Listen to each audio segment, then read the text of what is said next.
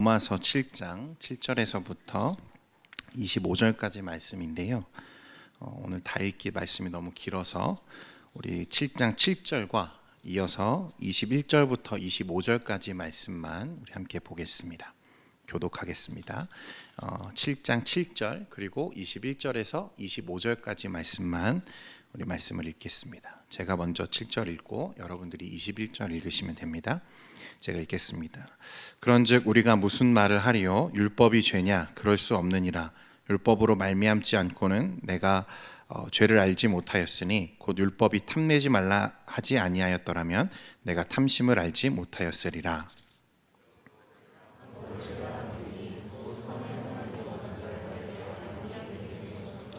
내 속 사람으로는 하나님의 법을 즐거워하되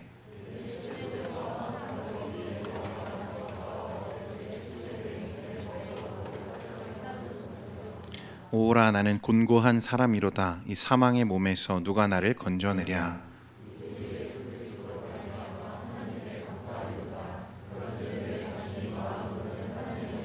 육신으로는 죄의 법을 숨기노라. 아멘.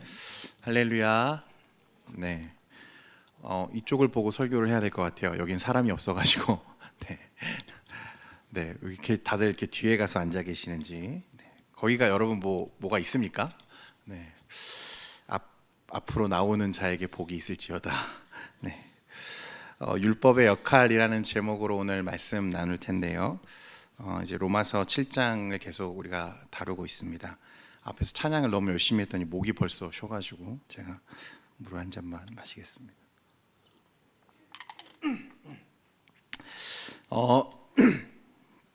율법으로 구원받지 못한다. 네. 율법적인 신앙에서 벗어나라. 율법은 나쁜 남편이다. 우리 지난 한 달 동안 우리가 계속해서 다루었던 이 묵상했던 말씀들의 결론이죠. 그렇다 보니까 자연스럽게 우리에게 어떤 생각이 드냐면 율법이 그럼 나쁜 건가?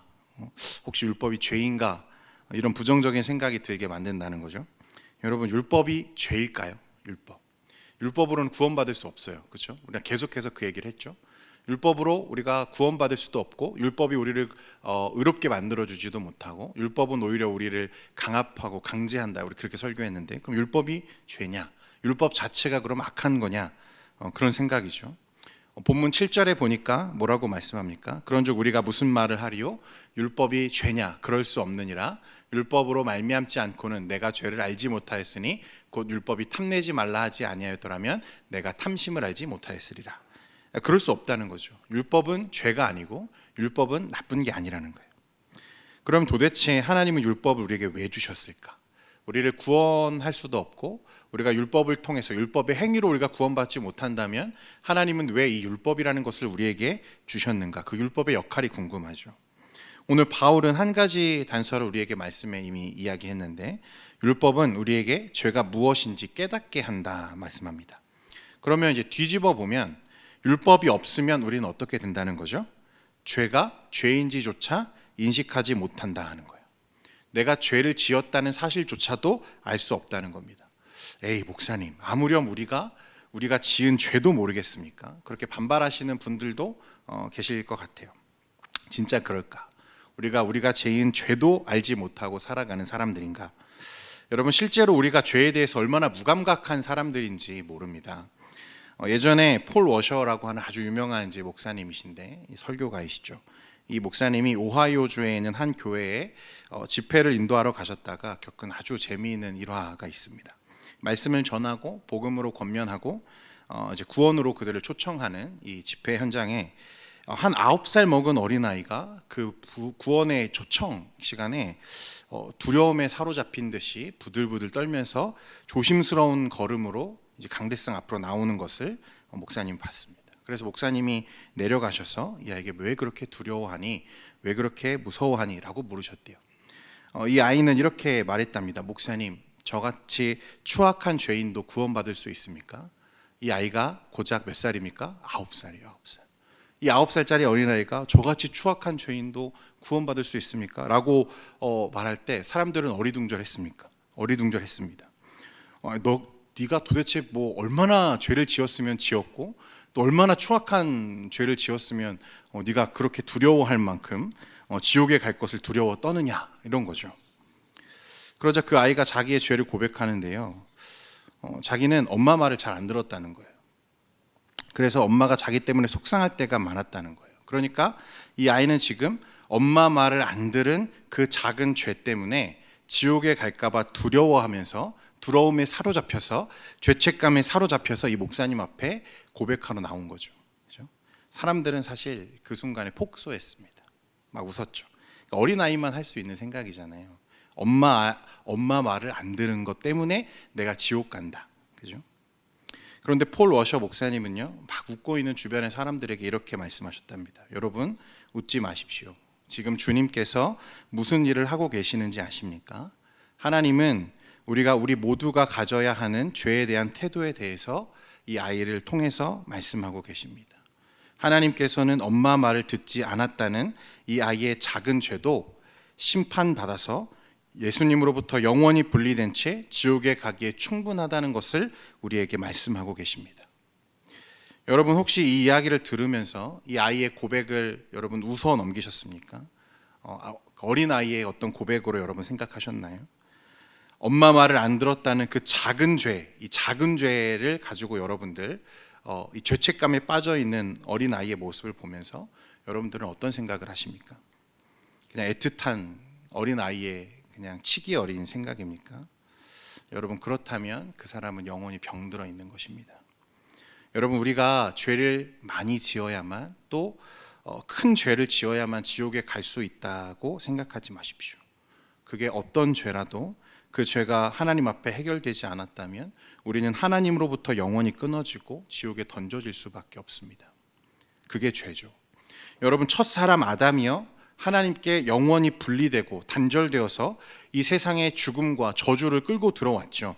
그런데 그때 그가 저지른 죄가 무엇입니까? 여러분, 고작 나무에 달려있는 열매 하나를 따먹은 것뿐이었어요.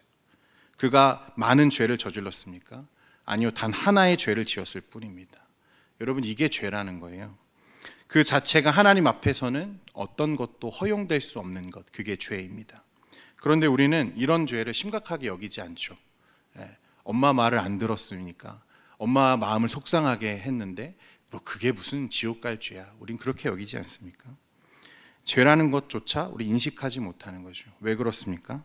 여러분, 에베소서 2장 1절에 보면 바울이 이렇게 말합니다. 그는 허물과 죄로 죽었던 너희를 살리셨도다. 여러분, 허물과 죄로 죽었다, 이게 무엇이죠? 우리가 예수 믿고 구원받기 이전의 상태죠. 죽었다는 거예요. 이미 죽었습니다. 죽게 될 것이 아니고 이미 죽었어요. 죽은 자는 감각이 없죠. 느끼지 못합니다. 그러니 죄에 대해서 우리는 그렇게 심각하게 생각하지 않고 느끼지도 못하는 거예요. 무감각해져 있는 거죠. 여러분, 그래서 우리가 하나님 앞에 어떤 죄를 가지고 있는지 잘 모릅니다. 얼마나 죄가 있는지도 몰라요. 여러분들에게 한번 물어보겠습니다. 여러분들은 과연 여러분들이 하나님 앞에 어떤 죄를 가지고 있는지, 얼마나 많은 죄를 짓고 살았는지 여러분들 아십니까? 이걸 알기만 해도 여러분 소망 있는 사람이에요. 소망 있는 사람. 그런데 우리는 대부분 몰라요. 그렇기 때문에 바울은 율법이 우리에게 필요하다, 반드시 필요하다고 말씀하고 있는 것입니다. 왜냐하면 이 율법은 죄에 둔해질 정도로 둔해진, 너무 둔해져서 느끼지조차 못하는 우리에게 죄가 무엇인지, 또 죄가 우리에게 어떤 일을 하고 있는지를 깨닫게 하고 드러나게 하기 때문입니다. 율법은 우리의 죄를 드러나게 하고 깨닫게 하는 거죠. 바울은 말씀에 오늘 탐심을 예로 들었어요. 탐심. 여러분, 만약 율법이 탐내지 말라 하지 않았다면 나는 탐심이 죄인 줄 몰랐을 것입니다. 이게 바울의 고백이에요. 탐심. 여러분, 탐심이 죄입니까? 남의 것을 탐하는 마음이죠. 세상에서 여러분, 이 탐심은 죄가 아닙니다. 그렇죠? 만약 탐심 때문에 다른 사람의 물건을 도적질하거나 누군가를 상하게 하거나 죽였다면 그건 죄가 되죠. 그런데 남의 것을 탐하는 마음, 그런 마음과 생각을 가졌다는 것만으로 우리가 심판을 받거나 하진 않습니다. 당신은 탐심을 품었으니 징역 1년, 이렇게 판결하는 판사 보셨습니까? 사회에서 일반적인 개념 속에서 여러분, 탐심은 죄가 아니에요. 그래서 사람들이 전부 이런저런 마음속에 욕심과 탐심을 품고 살아가죠. 더 가지고 싶어하고 남의 것을 부러워하고, 그런 마음들. 어떤 부분에서는 그렇게 사는 게 당연하고 그렇게 그 인생에 탐심, 조금의 욕심은 있는 게 유익하다고 우리는 그렇게 말하기도 합니다. 세상에 살면서 우리는 이 탐심, 나 가지고 싶어하는 마음을 가지고 죄책감을 느끼거나 우리의 그런 상태를 슬퍼하지 않는다는 말이죠. 마음속의 죄는 죄라고 여기지 않기 때문이 그래요. 그런데 말씀은 어떻게 얘기합니까?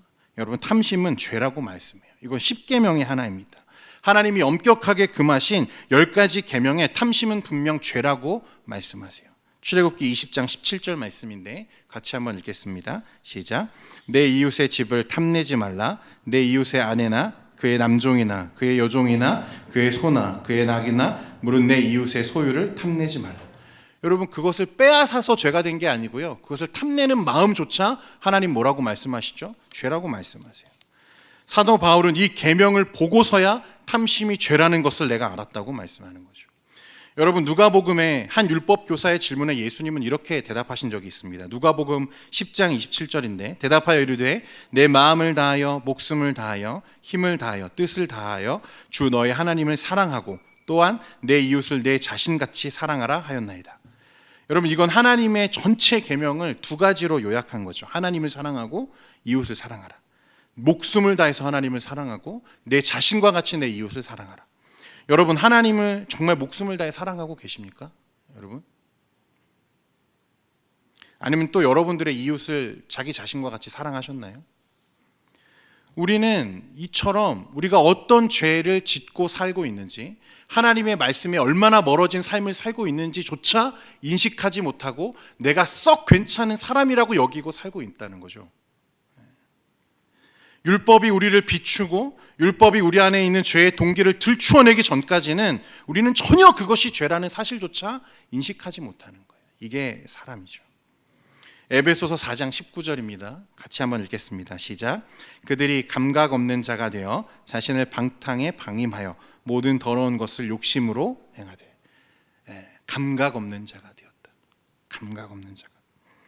여러분, 이제 꽤 많이 알려진 이야기입니다만 그 에스키모인들이요, 늑대를 사냥하는 방법 알고 계십니까? 여러분, 혹시 들어보셨나요?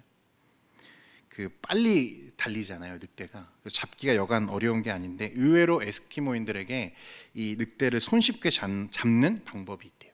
이게 뭐냐면 이 칼에 동물의 피를 잔뜩 물려서 얼리기를 또 반복합니다. 그리고 그 칼을 늑대가 다니는 길목에 거꾸로 박아둔다는 거죠. 그러면 피에 굶주린 늑대들이 와서요, 그 칼에 묻은 피를 핥아먹기 시작합니다. 그런데 추위로 이 강하게 얼어있는 칼을 핥다 보면 혀가 무감각해져 가지고 이내 칼에 자신의 혀가 베이기 시작해도 그 사실을 모른다는 거예요. 나중에는 칼에 계속 묻어있는 자기 피를 핥다가 자기도 모르게 어떻게 되는 거죠? 출혈로 죽고 마는 거죠. 여러분, 이게요, 사탄이 우리를 지옥으로 끌고 가는 가장 주요한 전략입니다. 죄에 대해서 무감각하게 만들어요. 내가 어떤 죄를 짓고 있는지, 내가 하나님 앞에 얼마나 많은 죄를 지었는지 깨닫지 못하게 만들죠. 그럴 여지를 주지 않는 거죠. 죄라는 것을 알기만 해도 다행인데 여러분, 돌아설 수 있으니까요. 그런데 그럴 여지조차 없다는 거예요. 바울은 우리에게 또 뭐라고 말씀하는지 보십시오. 로마서 7장 9절 말씀입니다. 9절과 10절 말씀 같이 읽겠습니다. 시작. 전에 율법을 깨닫지 못했을 때에는 내가 살았더니 계명이 이름에 죄는 살아나고 나는 죽었도다. 생명에 이르게 할 그 계명이 내게 대하여 도리어 사막에 이르게 하는 것이 되었도다. 전에는 율법을 깨닫지 못했을 때, 여러분 계속 말씀드렸지만 바울은 바리새인이에요. 율법에 그만큼 정통한 사람이 없어요. 아주 철저하게 율법을 지켰던 사람이죠. 그런데 그가 내가 율법을 몰랐다 이렇게 얘기하죠. 그가 율법을 깨닫지 못했다. 이게 무슨 말입니까? 율법의 조문, 율법의 형식에는 그가 빠삭했지만 그 안에 담겨져 있는 진리, 그 안에 담겨져 있는 이 참 의미와 내적 동기에 대해서는 그가 전혀 깨닫지 못하고 있었다는 거예요. 그래서 그때는 내가 살았더니, 내가 살아있다고 믿었고 그렇게 여겼다는 것입니다. 그런데 율법이 오고 율법을 깨닫고 나니 어떻게 됐습니까? 도리어 나는 죽고 죄는 살아났다고 말씀하죠. 바울이 자기가 죄를 지었다는 사실을 이전에는 전혀 몰랐다거나 그때까지 계명에 대해서 나는 알지 못했다, 그런 말이 아닙니다. 오히려 자신이 하나님의 법을 지키는데 완전히 실패했고 무능력하다는 것을 알고 자신이 정죄받아 마땅한 자임을 알게 되었다는 거예요. 무엇이 나를 비출 때? 율법이 나를 비출 때 비로소 그것을 알게 되었다는 거예요. 그는 마침내 자신이 죽었다는 사실을 깨닫고 인정하기 시작한 거예요. 그러니까 율법이라고 하는 건 여러분, 그리스도께서 우리를 속죄하시고 구원하신 이후에 그 율법이 나를 비출 때 내가 어떠한 상태이고 내가 어떠한 사람인지 그것이 나에게 여실하게 드러나기 시작하는 것입니다. 생명에 이르게 하는 줄 알았던 그 율법이 내게 대하여 도리어 사망에 이르게 하는 것이 되었도다. 나는 그전까지 율법을 잘 지키면 내가 살 수 있는 줄 알았고 율법만 잘 지키면 내가 의로운 사람인 줄 알았는데 그게 아니라 그 율법 안에 있는 하나님의 의를 내가 진정 깨닫고 나니 내가 얼마나 죄인인지를 그가 알게 되었다는 거예요. 여러분, 또 한 가지 바울이 우리에게 재미있는 이야기를 한 가지 더 하는데, 우리가 죄에 대해서 무감각해져 있는 것뿐만 아니라요, 율법의 참 의미를 깨닫기 전에, 그러니까 우리가 구원받기 전에는 오히려 이 율법이 우리에게 죄를 부추기는 도구로 전락하고 사용되었다, 이렇게 말합니다. 11절 말씀 같이 읽겠습니다. 시작. 죄가 기회를 타서 계명으로 말미암아 나를 속이고 그것으로 나를 죽였는지라. 여러분, 묘하게요, 사실 하지 말라고 하는 것들은 사람들이 어떻습니까?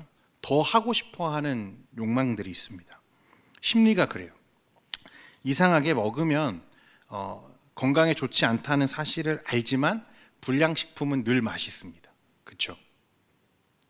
공감하시죠, 여러분?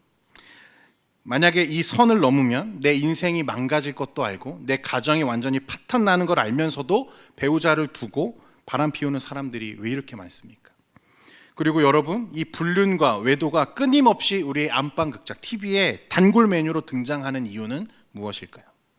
사람들에게 이 금지된 이 죄라는 선으로 명확하게 드러나 있는 이것들을 향한 욕구들이, 금지된 것을 향한 욕구들이 누구에게나 조금씩 있다는 말입니다.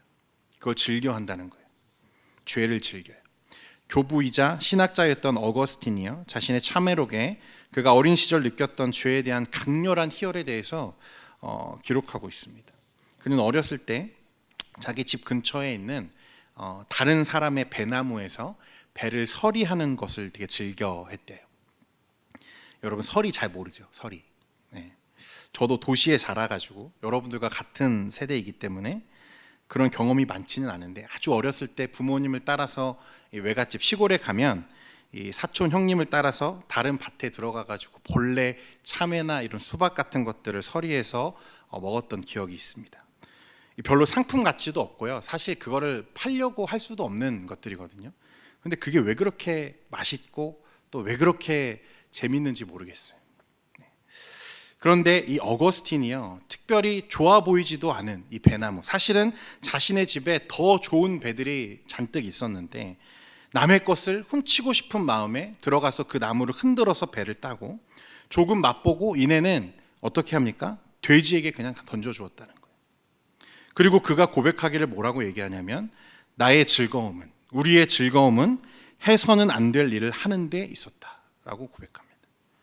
집에 훨씬 좋은 배가 있었지만 도둑이 되어보고 싶은 마음에 남의 배를 훔쳤다는 거예요. 훔친 배를 돼지에게 던져주면서 내가 맛본 것은 나 자신의 죄였고 나는 그것이 무척이나 즐거웠다고 말합니다. 아마 이 자리에 있는 여러분들도 이런 마음이 나는 없다, 나는 깨끗하다 자신하지 못할걸요. 여러분, 우리에게는 남에게 꺼내지 못하는 아주 나쁜, 죄악에 가까운, 아니 오히려 더러운 추악한 모습들이 전부 다 숨겨져 있거든요. 어거스틴은 모든 죄에는 항상 더 깊은 동기가 있다고 우리에게 말하는 거예요. 여러분, 단순하게 우리가 그냥 죄를 짓고 싶어서 죄에 어떤 연약해서 넘어지는 게 아니고, 우리가 짓는 모든 죄에는 사실 더 깊은, 더 은밀한 동기가 그 안에 작동하고 있는 것을 그가 우리에게 보여주는 것입니다. 누군가가 거짓말을 하거나 훔치거나 부도덕적인 일을 하거나 잔인한 일을 행할 때 여러분, 그 행동에는 반드시 무엇이 필요하냐면 피상적인 동기가 필요합니다. 탐욕, 분노, 이런 거죠. 하지만 어거스틴은 자신의 이 어렸을 때의 경험을 통해서 더 깊은 곳에 있는 이 궁극적인 죄의 동기가 있다는 것을 발견했다 말하는데, 그게 뭐냐면 바로 자신이 하나님 노릇을 하려는 모습이라고 말합니다. 우리에게는요, 여러분, 어떤 욕망이 있냐면 세상과 나 자신을 다스리려고 하는 욕망이 있어요. 우리는 우리의 주권을 강렬하게 원합니다. 내가 내 인생의 주인이 되기를 원하죠. 여러분들도 그렇죠? 그런데 하나님이 규정한 모든 법, 이것은 하라, 이것은 하지 말라, 이 모든 법이 여러분 실제로 우리에게 다가오면 어떻게 작용합니까? 우리의 절대 주권을 침범하는 거죠. 내가 내 인생의 주인이어야 되는데, 내가 나만이 내 인생의 주인이어야만 하는데 하나님의 법이 나에게 다가옵니다. 이게 무슨 의미입니까? 이 하나님 율법은요, 우리가 하나님이 아니라는 것을 상기시키죠. 그리고 내가 원하는 대로 살면서 최고가 되려고 하는 우리의 욕망을 막아서는 거예요. 내가 하나님이 아니고 내 인생의 주인이 아니라는 사실을 이 율법이 우리에게 강렬하게 말하는 거죠. 본질상 여러분, 죄는요, 하나님이 되기를 욕망하는 것입니다. 우리의 모든 죄의 동기는 여기서 시작돼요. 아담이 선악과를 따먹은 결정적인 이유가 뭐죠? 창세기 3장 5절에 뭐라고 말합니까? 그는 누구와 같이 되고 싶었죠? 하나님과 같이 되고 싶었어요. 하나님과 같이 되고 싶었어요. 그게 아담이 선악과를 따먹은 가장 결정적인 동기죠. 이것이 죄의 첫 번째 본질이자 우리가 짓는 모든 죄의 동기예요. 동기. 내가 하나님이 되고 싶은 것. 그러니 율법이 우리를 막아설 때 안 돼, 그거 하면 안 돼, 이거는 해야 돼, 우리를 막아설 때 막아서면 막아설수록 죄의 본래의 세력과 힘을 더 부추기는 결과를 가져오죠. 우리는 그 율법으로부터 자꾸 도망치는 거예요. 더 금지된 것을 하고 싶어하고 더 강렬하게 죄의 욕구들을 우리가 느끼고 갈증하게 된다는 거예요. 어거스틴의 표현을 빌리자면 우리는 우리의 창조주로부터 멀리 벗어나기를 원하면서 또한 창조주를 흉내내고 있는 것이다 라고 말합니다. 우리는 하나님의 법을 지키고 싶지 않아요. 하나님의 법을 지키고 싶지 않아요. 그런데 내가 내 인생의 주인이 되고 싶어 하죠. 그게 우리 죄의 동기라는 거예요. 사랑하는 청년 여러분, 그리고 이 자리에 예배에 참석한 젊은이 여러분, 여러분들의 영적인 상태를 반드시 점검하셔야 됩니다. 내가 죄에 민감한가? 내가 죄에 과연 민감하게 반응하고 있는가? 내 영혼은 건강한가? 내 영혼은 살아있는가? 여러분 점검하셔야 돼요. 오늘날 무감각해진 우리의 심령을 부여잡고 하나님 앞에서 많이 울 수 있기를 바랍니다. 하나님, 왜 나의 심령이 이렇게 건조합니까? 하나님, 왜 이렇게 나는 죄가, 또 하나님 없이 사는 삶이 왜 이렇게 달콤할까요? 여러분, 다윗이요, 밧세바를 취했습니다. 밧세바는 다윗이 가장 사랑했던 충신의 아내죠. 그를 불러서 강제로 동침하고 그를 임신시켰어요. 이 사실을 감추려고 우리야, 그 충신을 전쟁 가장 선두에 서게 했습니다. 그리고 다른 군대는 다 뒤로 물리죠. 의도적으로 그를 죽게 만들었어요. 다른 사람의 아내를 취하고, 그리고 심지어 그 사실을 숨기려고 자신의 가장 충직한 신하를 죽음으로 내모는 그 순간까지도 다윗은 이게 죄인지도 몰랐어요. 죄라는 사실을 인식하지 못했습니다. 나단 선지자가 성령의 감동을 받아서요, 다윗 당신이 바로 그 죄인입니다 라고 선고했을 때 그는 그때서야 꼬꾸라졌어요. 무너졌습니다. 그 순간에 다윗에게는요, 끔찍한 고통이죠. 너무 창피했을 거예요. 부끄러웠을 것입니다. 치욕스럽죠. 너무나 고통스러웠어요. 그런데 그 순간이, 그 고통스러움이, 치욕스러움이 다윗을 살렸어요. 여러분, 죄에 합당한 회개가 터져 나오면 그는 삽니다. 그러나 죄에 무감각해져 있다면 그는 죽은 거예요. 율법이 우리를 조명할 때 우리의 죄가 드러나요. 그리고 우리가 얼마나 죄인인지를 하나님이 드러내십니다. 우리 밑바닥에 있는 죄의 동기들이 낱낱이 드러나죠. 하나님처럼 살려고 하는, 하나님처럼 되려고 하는, 내가 하나님 되어서 내 인생의 주인이 되고 내 인생의 주권을 행사하려고 하는 우리의 모든 선택과 욕망들이 이 율법 앞에서 여실히 드러나게 됩니다. 그러나 율법이 우리를 비춰야만, 그것이 드러나야만 또한 우리가 회개할 수 있는 기회가 생기는 거예요. 15세기 종교개혁자 마틴 루터가요, 말씀을 읽다가 하나님의 거룩함, 하나님의 공의에 대해서 깊은 깨달음을 얻게 되었어요. 그는 반대로 자신의 불의와 추악함에 대해서 탄식하기 시작했습니다. 그의 고민은 그거였어요. 어떻게 하면 내가 이 죄에서 벗어날 수 있을까? 어떻게 하면 내가 좀 완전히 의로워질 수 있을까? 그는요, 무릎으로 기어서 계단을 오르락 내리락 하면서 고행도 해보고요, 자신이 죄를 지었다고 생각할 때마다 자신의 담당 사제를 찾아가서 자신의 죄를 고하는 고해성사를 통해서 죄를 고백하고 씻어내기를 반복했습니다. 그가 얼마나 자주 사제를 찾아갔냐면요, 나중에는 사제가 그를 말리면서 야, 좀 죄를 좀 모아서 가지고 와, 좀 죄다운 죄를 짓고서 좀 가지고 와 라고 할 정도로 그는 매일 하루에도 수십 번씩 사제를 찾아가서 괴롭혔다는 거예요. 오직 의인은 믿음으로 말미암아 살리라, 이 말씀을 깨닫기 전까지 루터는 자신의 죄와 그 본성의 내적 동기에 대한 이 깊은 고민 속에서요, 갈등하며 고통스러운 나날들을 보냈어요.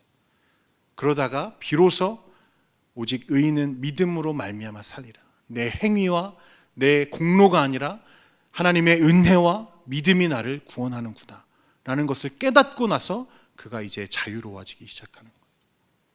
회개하기 시작합니다. 자신의 심령을 토해내며 하나님 앞에 썩은 것을 다 토해내면서 기도하기 시작하는 거예요. 여러분들의 추악한 이 죄악에 대면해 본 적이 있으십니까? 내가 얼마나 깊은 죄인인지 여러분 깨닫고 계십니까? 여러분, 이 말씀으로 여러분들을 비춰 보시기를 바랍니다. 여러분, 그래야 살 수 있는 거예요. 내가 살아있다고 여기지 마세요. 죄에 무감각해져 있는데, 죄를 지으면서도 죄인지도 모르고 살고 있는데 내가 건강하다, 여러분 하나님 앞에 내가 꽤 쓸만한 사람이다, 여러분 아니요, 착각하면 안 돼요. 바울이요, 21절부터 우리가 읽었잖아요. 말씀을 우리가 바울의 고민입니다. 이게 무엇이냐면요, 말씀이 이렇게 기록하죠. 그러므로 내가 한 법을 깨달았노니 곧 선을 행하기 원하는 나에게 악이 함께 있는 것이로다. 내 속사람으로는 하나님의 법을 즐거워하되 내 지체 속에서 한 다른 법이 내 마음의 법과 싸워 내 지체 속에 있는 죄의 법으로 나를 사로잡는 것을 보는도다. 오호라, 나는 곤고한 사람이로다. 이 사망의 몸에서 누가 나를 건져내랴. 우리 주 예수 그리스도로 말미암아 하나님께 감사하리로다. 그런즉 내 자신이 마음으로는 하나님의 법을, 육신으로는 죄의 법을 섬기노라. 사도 바울도요, 여러분, 죄에 대해서 완전히 자유로워졌다 말하지 않아요. 그도 그 육신을 가지고 살아가는 이 땅에서 늘 갈등했어요. 죄를 사랑하고 죄를 따라가려고 하는 자신의 욕구와 하나님의 말씀을 따라 살려고 하는 이 마음 속에서 두 가지 마음이 늘 충돌되는 삶을 살았어요. 그런데 여러분, 그는 죄를 용납하지 않죠. 허용하지 않는 거예요. 늘 싸우는 거예요. 죄로부터 멀어지기 위해서 발버둥 치는 거예요.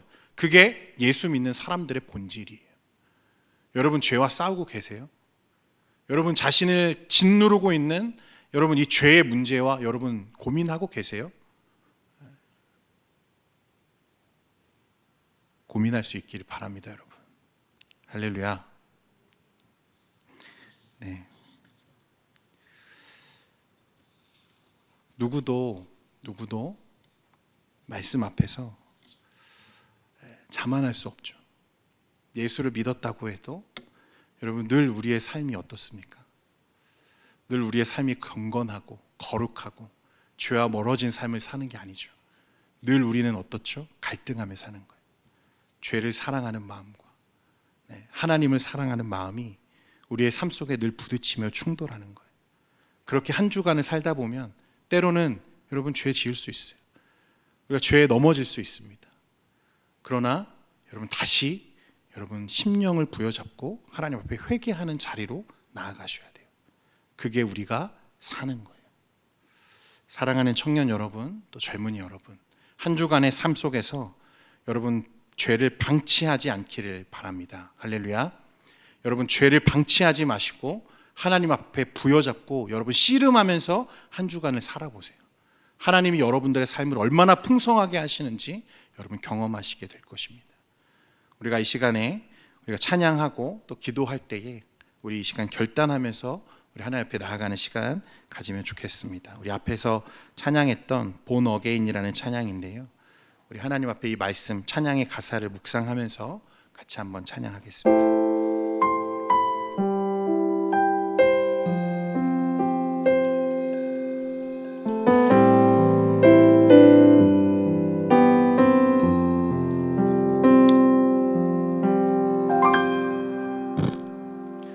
주 안에서 내 영혼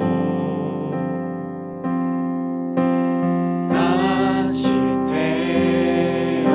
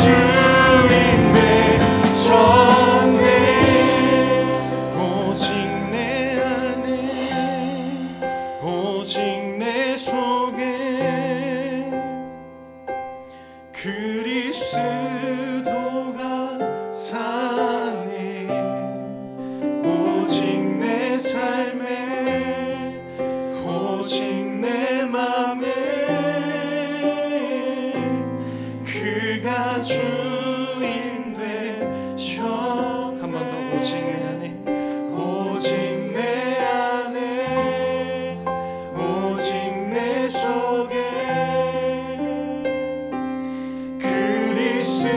그리스도가 사네 오직 내 삶에 오직 내 맘에 그가 주인 되셨네.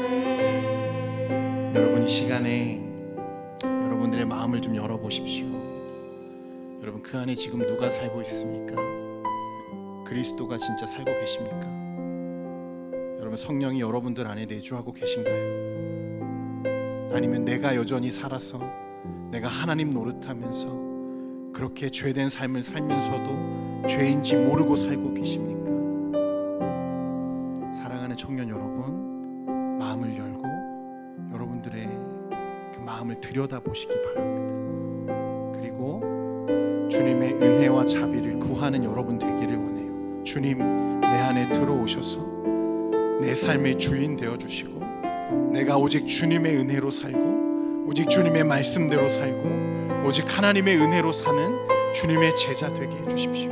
하나님 이 세상에 더 이상 죄의 노예처럼 끌려다니지 아니하고 하나님의 은혜로 살며 비록 넘어지고 좌절하고 때로는 죄도 짓고 그렇게 살 수 있을지라도 그러나 하나님의 말씀을 사모하고 하나님을 사랑하고 늘 갈등하며 그렇게 하나님을 따라 살아가는 하나님 내가 되게 해주십시오. 주님 내 마음의 문을 여니 주님 이 시간 내 안에 들어오셔서 내 삶의 주인 되어 주십시오. 우리 이 시간에 기도할 수 있기를 간절히 소망합니다. 기도하겠습니다. 거룩하신 하나님 아버지, 이 시간 말씀을 통해 하나님 우리가 율법을 묵상하고 또 말씀을 주님 붙잡게 하시니 감사합니다. 하나님 우리의 죄를 드러나게 하시고 하나님의 말씀을 사모하며 하나님의 은혜를 붙잡고 살아가는 우리 모든 지체들 될 수 있도록 주여 이 시간 역사해 주옵소서. 여전히 내 안에 내가 살고 있어서 하나님 내가 내 삶의 주인 노릇하며 내가 왕 노릇하며 하나님 그렇게 살면서도 내가 하나님 앞에 온전하고 내 영혼이 안전하다고 생각하며 살고 있는 하나님 모든 교만과 모든 악함과 모든 죄악에 하나님 이 시간 무릎 꿇고 오직 주님이 내 안에 들어오셔서 내 삶의 주인 되시고 내 삶의 하나님 참 소망과 이유 되시는 하나님 그런 놀라운 변화가 우리 안에 일어나기를 원합니다. 이전 것은 지나갔고 오직 새로운 삶과 새로운 열망과 새로운 동기와 새로운 마음이 우리 삶을 지배하며 따라가는 하나님 우리가 될 수 있도록 역사해 주옵소서.